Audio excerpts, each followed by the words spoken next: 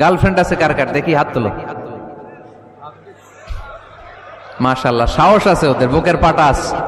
হাত নামা বেটা। এই গার্লফ্রেন্ড বয়ফ্রেন্ডের সাথে আমাদের কোনো সম্পর্ক, আমরা বিয়ে করব। কি করব?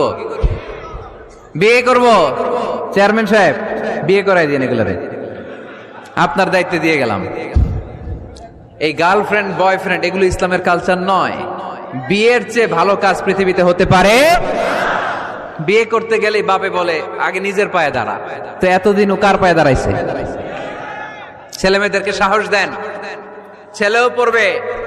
ওই যে একজন চিল্লান দিয়ে উঠছে, ওর কমন পড়ছে। কমন পড়ছে, মাশাআল্লাহ।